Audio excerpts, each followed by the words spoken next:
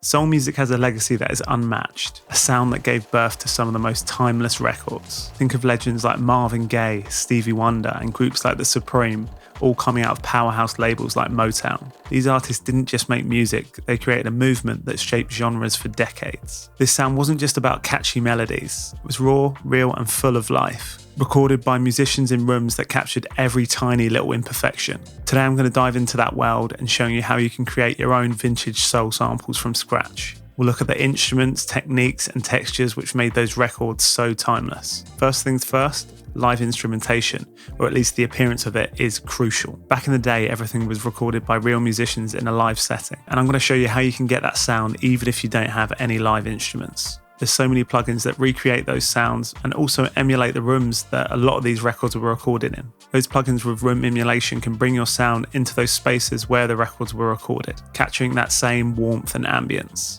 But I'll also show you how adding a few live elements adds even more depth and character, making those vintage samples really come alive. So let's dive straight into the sample.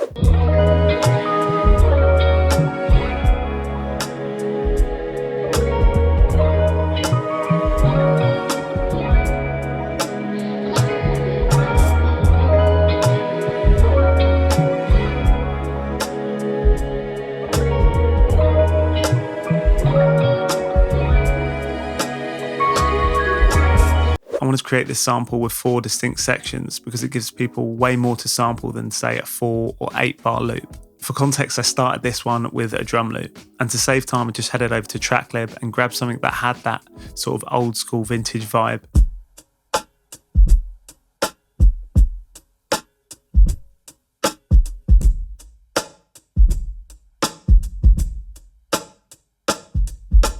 And this drum loop really set the foundation, giving me a strong groove for the rest of the track. Next, I worked out a simple chord progression on the Arturia Stage 73, adding in some little riffs and embellishments in the scale to keep it interesting.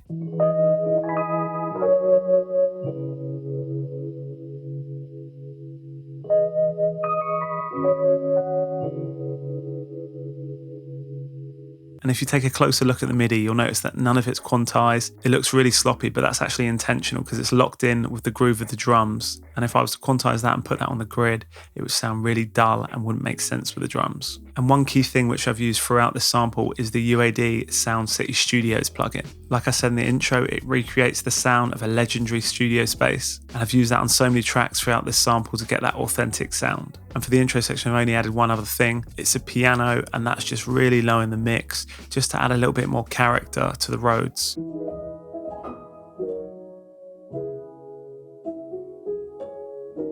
So that's it for the intro, really. One thing that's really important for samples like this is moving from section to section. We want it to sound seamless. So we've got these lead-in moments. And from the A to B section, there's this bass, along with a few transitional elements. A harp glissando, strings fading in, some chimes, and a little riff on the Rhodes that leads into the next section.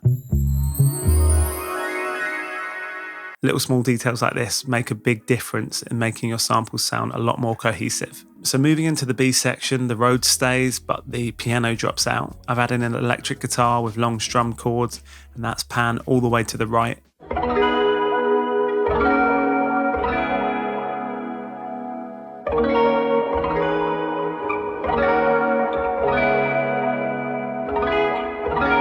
And then I've added in a pad from Logic's Alchemy synth and a choir from East West, and those are both panned to the left just to make a little bit of space in the middle of the track.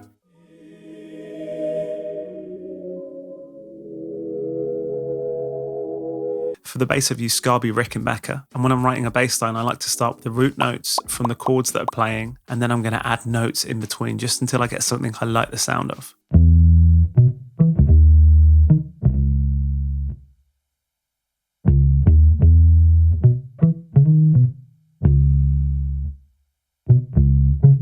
Next up, I wanted to add some strings for extra warmth and depth. So I opened up East West and I layered 3 parts, a cello, a viola and a violin, to create that trio string section. And each of those 3 is playing a different note, which kind of makes up a chord, but they're playing some weird inversions, which creates a nice sound. And yeah, to get this sort of thing, I'm just messing about until I hear something I like the sound of.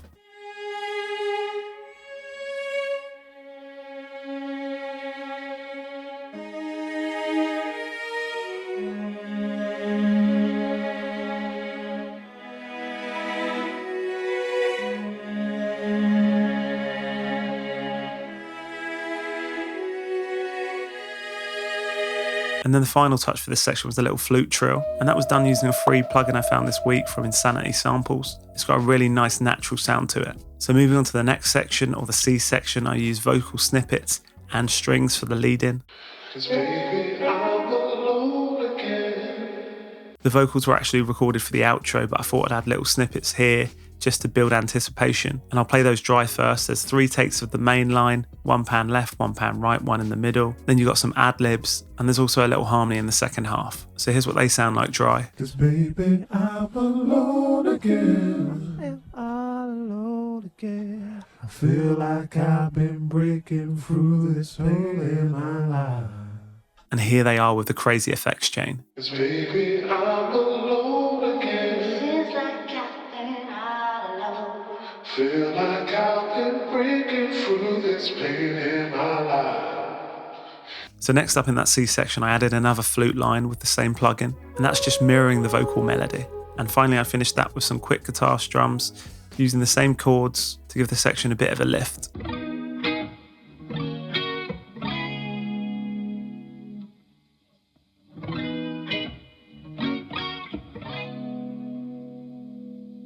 And then finally, moving on to the outro, I filtered the drums with both a low and a high pass filter just to give the vocals some space to shine.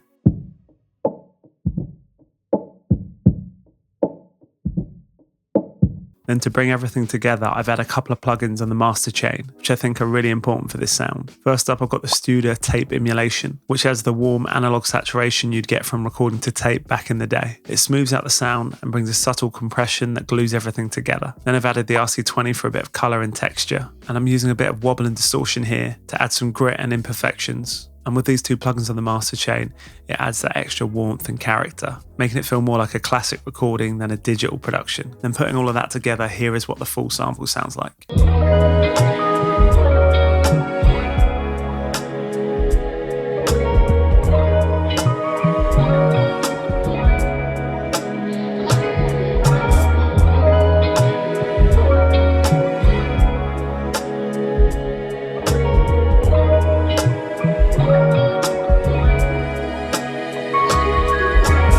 And if you like the sound of this sample, I've just put out a free pack filled with one-shots, midis, full samples, and you can grab that from the link in the description. I've also just launched my own Discord, and I'd love to see a few of you guys there. I'm hoping to build a community full of producers who are looking to collaborate, share samples and tips and resources. Again, you can find that on a link in the description. Thanks for watching this video. If you enjoyed it, don't forget to subscribe and let me know in the comments what you'd like to see next, whether that's artist breakdowns, music theory tips, or anything else.